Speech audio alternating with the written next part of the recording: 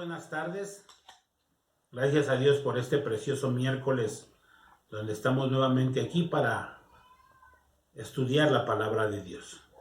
Hoy quiero concluir esta serie de enseñanzas que hemos denominado el carácter cristiano con el título El carácter en la vida cristiana diaria. El carácter en la vida cristiana diaria. Y quiero que vayamos, por favor, a 2 de Pedro, capítulo 1, versículo 8. Y dice la palabra del Señor de la siguiente manera: porque si estas cosas están en vosotros y abundan, no nos dejarán estar ociosos ni sin fruto en cuanto al conocimiento de nuestro Señor Jesucristo. Pero el que no tiene estas cosas, tiene la vista muy corta, es ciego, habiendo olvidado la purificación de sus antiguos pecados. Por lo cual, hermanos, tanto más, procurad hacer firme vuestra vocación y elección, porque haciendo estas cosas no caeréis jamás. Son los versículos posteriores de lo que hemos venido estudiando desde 2 de Pedro, capítulo 1, versículo 3. Pero son los versos posteriores que no habíamos dado lectura. Pero para poder entender estos versículos, bueno, tenemos que ir al contexto. El contexto inicia en el versículo 3. Como todas las cosas que pertenecen a la vida y a la piedad, ya nos han sido dadas por su divino poder, mediante el conocimiento de aquel que nos llamó a su gloria y excelencia, por medio de las cuales nos ha dado preciosas y grandísimas promesas, para que por ellas llegases a ser participante de la naturaleza divina, habiendo huido de la corrupción que hay en el mundo a causa de la concupiscencia. A partir del versículo 5, el apóstol Pedro nos enfoca a Dios, puesto que Dios ya hizo todo para nuestra salvación.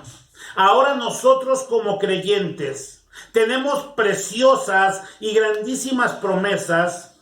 También Dios nos ha dado una naturaleza divina y nos ha otorgado eso para que nosotros podamos hacer la parte que nos corresponde. Ahora, entiéndanme, no estamos hablando de la salvación. La salvación desde el principio sabemos que es gratuita. Pero yo me estoy refiriendo al carácter que tenemos que formar, el cual nos tenemos que esforzar para crecer. Tú y yo necesitamos esforzarnos para crecer en los caminos de Dios. Por eso nuestros versículos de esta serie fueron de 2 de Pedro 1, del 5 al 7. Vosotros también, por eso esa es la parte que a ti y a mí no nos corresponde. Por vosotros también, poniendo toda diligencia, por esto mismo añadid a vuestra fe virtud, a la virtud conocimiento, al conocimiento dominio propio, al dominio propio paciencia, y a la paciencia piedad, y a la piedad afecto fraternal, y al afecto fraternal amor. Ahora, lo que Pedro está haciendo es enfocarnos para que tú y yo podamos conocer más a Dios por medio de la revelación de las Escrituras. De tal manera que tú y yo podamos cumplir lo que Jesús dijo en Juan 17:3, que hemos estado mencionando continuamente en esta serie. Y esta es la vida eterna, que te conozcan a ti, el único Dios verdadero, y a Jesucristo a quien has enviado. El propósito del apóstol Pedro es que tú y yo nos enfoquemos, que conozcamos a Dios, y esto es por medio de la revelación de las Escrituras. Ahora, el propósito de Pedro, al nosotros desarrollar estas características que semana tras semana hemos visto el propósito es que tú y yo seamos transformados. Y así poder manifestar la verdad, la imagen del carácter de Cristo. Que tú y yo podamos ser transformados y manifestar de verdad la imagen del carácter de Cristo. Ahora, para los primeros creyentes, escúchenme bien, el cristianismo no solamente consistía en conocer doctrinas o asistir a un lugar de reunión. No. A veces pensamos en nuestro tiempo que ser cristiano es escuchar una prédica por internet o asistir a algún lugar a escuchar la palabra o conocer doctrina. Los creyentes primitivos entendieron que la vida transformada se debe desbordar hacia los demás, que la vida cristiana nos referimos a una vida transformada que se desborda por los demás. Tanto así que lo entendían de tal manera que aún el apóstol Juan lo entendió perfectamente. Y no solamente es tener un conocimiento intelectual de Dios. Hay muchos de los que nos están escuchando que tienen un conocimiento intelectual de Dios, pero eso no es el cristianismo. Mire lo que dice Primera de Juan capítulo 2 versículo 4. El apóstol Juan lo había entendido y dijo de la siguiente manera: el que dice yo le conozco y no guarda sus mandamientos, el tal es mentiroso y la verdad no está en él. O sea, yo digo, tengo conocimiento, conozco a Dios, pero si no guardo los mandamientos, la Biblia me está diciendo mentiroso y que la verdad no está en mí. Verso 5. Pero el que guarda su palabra, en este verdaderamente el amor de Dios se ha perfeccionado, por esto sabemos que estamos en él. El que dice que permanece en él debe andar como él anduvo. Entonces, la vida cristiana no solamente es congregarnos o escuchar una prédica. Los cristianos primitivos entendían que se refería a una vida transformada. Tristemente hoy, la mayoría de los supuestos creyentes en las iglesias solamente tienen el conocimiento, yo le conozco, de una manera intelectual. Conocen a Dios de una manera intelectual. Es increíble que el cristianismo para muchos es solo el domingo por la mañana, a la hora del servicio, pero después a la salida nos olvidamos y vivimos una vida totalmente apartada de los caminos y la voluntad de Dios. Y esto es increíble. Nos hicimos cristianos de templo solamente. El problema de esto es que los templos se cerraron. ¿Y qué pasó con los cristianos de templo? El apóstol Juan nos sigue exhortando en 1 de Juan 4:20 y dice así: si alguno dice, yo amo a Dios y aborrece a su hermano, escucha bien, es mentiroso. Pues el que no ama a su hermano a quien ha visto, pregunta, ¿cómo puede amar a Dios a quien no ha visto? Y nosotros tenemos este mandamiento de él, dice Juan: el que ama a Dios, ame también a su hermano. O sea, hablar del carácter, hablamos de una vida transformada y de una vida que se manifiesta en la relación con los demás. Los primeros cristianos entendieron esto como algo esencial, que conocer a Dios nos referimos a una transformación real, genuina y verdadera en todos los aspectos y áreas de nuestra vida. Eso es tener carácter, eso es ser un verdadero creyente. Pablo lo entendió de la misma manera que lo entendió Pedro y que lo entendió Juan. Mire lo que nos escribió en Romanos 12, versículo 17. Que no solamente el cristianismo era meternos en un lugar de reunión. Mire lo que dice: no paguéis a nadie mal por mal. Procurad lo bueno delante de todos los hombres. Si es posible, en cuanto dependa de vosotros, estad en paz con todos los hombres. No os venguéis vosotros mismos, amados míos, sino dejad lugar a la ira de Dios, porque escrito está: mía es la venganza, yo pagaré, dice el Señor. Y escuche: así que si tu enemigo tuviere hambre, dale de comer, y si tuviere sed, dale de beber, pues haciendo esto ascuas de fuego amontonarás sobre su cabeza. Y se refiere a que al hacer tú esa actitud de ayudar al que no te ha ayudado, lo que vas a hacer es que llenarás de vergüenza a esa persona y se pondrá rojo. No seas vencido de lo malo, sino vence con el bien el mal. Así que escúchame bien, amado hermano.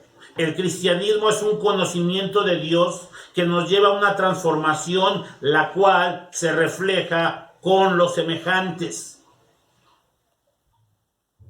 Romanos 13:10, mire lo que nos dice. El amor no hace mal al prójimo, así que el cumplimiento de la ley es el amor. El amor no hace mal al prójimo. Así que entendemos que tanto Pedro, Juan, Pablo entendieron perfectamente en lo que consistía el cristianismo y así lo enseñaron, y todo eso quedó plasmado en lo que hoy tú y yo tenemos como el Nuevo Testamento. Por eso es importante decir que el amor de Dios y al prójimo son cosas inseparables, van juntas. Por eso estuvimos estudiando estos versículos, y los versículos de inicio, segunda de Pedro 1:8 nos dice: porque si estas cosas están en vosotros y abundan, no nos dejarán estar ociosos y sin fruto en cuanto al conocimiento del Señor Jesucristo. ¿A qué se refiere el versículo en su primera parte? Si estas cosas están en vosotros. ¿A qué se refiere Pedro? Se refiere a las características. Entonces, ¿qué quiere decir Pedro cuando habla de que estas cosas, si estas cosas están en vosotros al principio del versículo 8? Se refiere a las características que hay que añadir a vuestra fe y que aprendimos durante estas 7 semanas.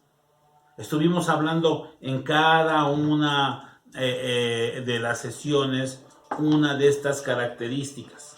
Ahora, el versículo sigue diciendo que si nosotros, dice el apóstol Pedro, porque si estas cosas están en vosotros, repito, está hablando de las características de los versículos anteriores, y abundan, no nos dejarán estar ociosos. Escúchenme bien, la palabra ociosos habla de una esterilidad, de estar mucho tiempo desocupado. Pero si nosotros trabajamos en desarrollar ese carácter, no vamos a estar ociosos y sin fruto, dice el versículo. O sea, cuando no hay fruto en un árbol es cortado, porque un árbol sin fruto no sirve para nada. No podemos, como creyentes, estar sin fruto en cuanto al conocimiento del Señor. Tenemos que estar creciendo. Así que en el cristianismo debemos de dar fruto. Y cuando nos referimos al fruto, entiéndame bien, cuando yo hablo del fruto, hablo de la formación del carácter de Cristo que estuvimos hablando durante estas semanas. Eso es el fruto. Cuando el apóstol dijo, si tenéis estas cosas, se refería a las cualidades que habíamos visto en los versículos anteriores y que habíamos mencionado como virtud, que dijimos que era excelencia moral. Hablamos del conocimiento, del dominio propio, hablamos de la paciencia, de la piedad, del afecto fraternal, del amor hacia los no creyentes. Todas estas cualidades tienen que ser una realidad dentro de nosotros. Además, destacó que estas cualidades tenían que estar presentes y abundar. Y entonces dice, no nos dejarán estar ociosos y sin fruto. Estas cualidades mencionadas están relacionadas con lo que nosotros llamamos, o lo que se conoce en la iglesia como el fruto del Espíritu Santo. No podemos producir fruto del Espíritu figurativamente hablando, permaneciendo sentados fuera del terreno de juego, por así decirlo.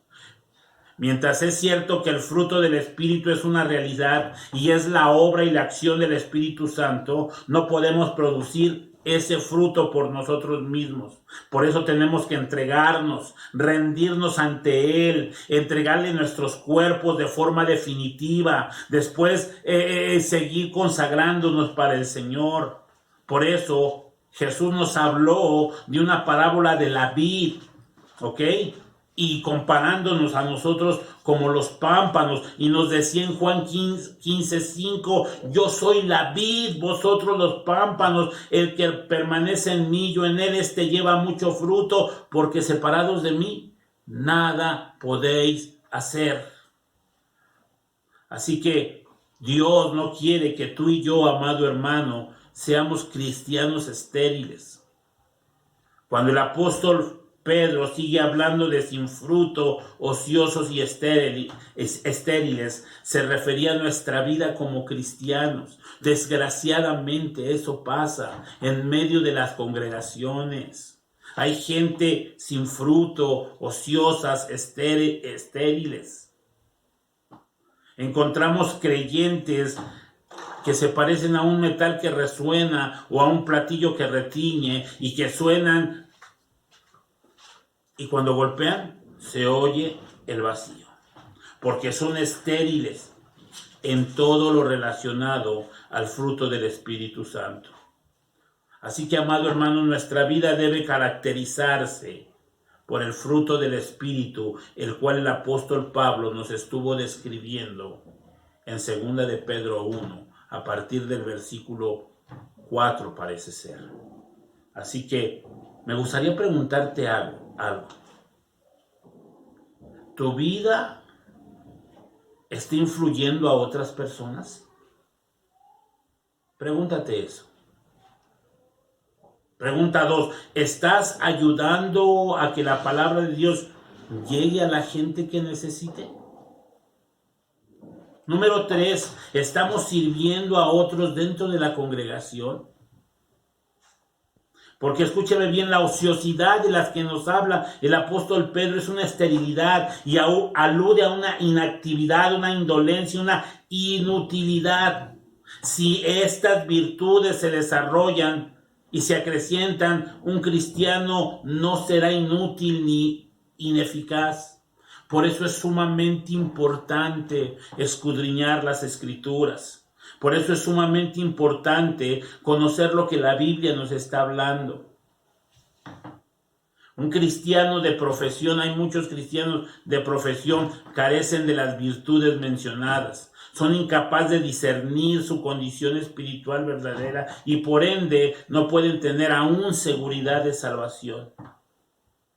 Por eso, amado hermano, el apóstol Pablo en 2 de Corintios 13:5 nos da una exhortación a ti y a mí que diariamente tenemos que llevarla a cabo. Examinaos a vosotros mismos para ver si estáis en la fe. Estoy leyendo 2 de Corintios 13:5. Probaos a vosotros mismos. Esta fue una declaración fuerte. Pero tú y yo tenemos que aprender a examinarnos a nosotros mismos para ver si estamos en la fe o realmente nos estamos engañando a nosotros mismos.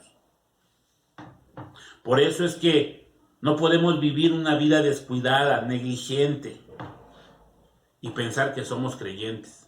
Estamos equivocados. Así que Pedro nos está diciendo que el que no tiene estas cualidades, el que no tiene estas características, tiene la vista muy corta y se refiere a gente que no ve. Y se había olvidado que sus pecados antiguos habían sido limpiados. Fíjense, se había olvidado. La falta de una búsqueda diligente de las virtudes espirituales produce amnesia espiritual. ¿Sabes qué es la amnesia? No te acuerdas. Así que, amado hermano, yo quiero invitarte el día de hoy a lo que dice 2 de Pedro 1:10 para concluir con esta serie. Por lo cual, hermanos, tanto más procurad hacer firme vuestra vocación y elección, porque haciendo estas cosas no caeréis jamás. ¿Qué quiere decir Pedro cuando dice, procurad hacer firme vuestra vocación y elección? Lo que nos está diciendo aquí es que debía hacerse más firme y se refiere a una seguridad. Es algo que no puede ser alterado por la seguridad de la salvación personal.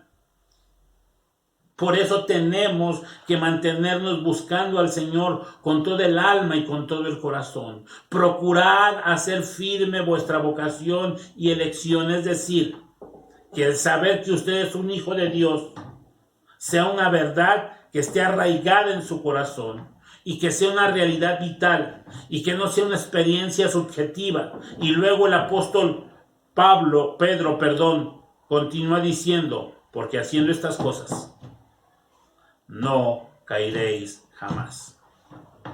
Escúcheme, mientras el cristiano procure obtener en su vida estas cualidades o estas características que Pablo nos ha enumerado en su segunda carta, cuando tú y yo nos dediquemos con diligencia a que nuestra vida sea útil y fructífera, la Biblia dice que no tropezaremos con la duda o la desesperanza, con el temor o con los cuestionamientos, sino que disfrutaremos una plenitud de la seguridad de que somos salvos.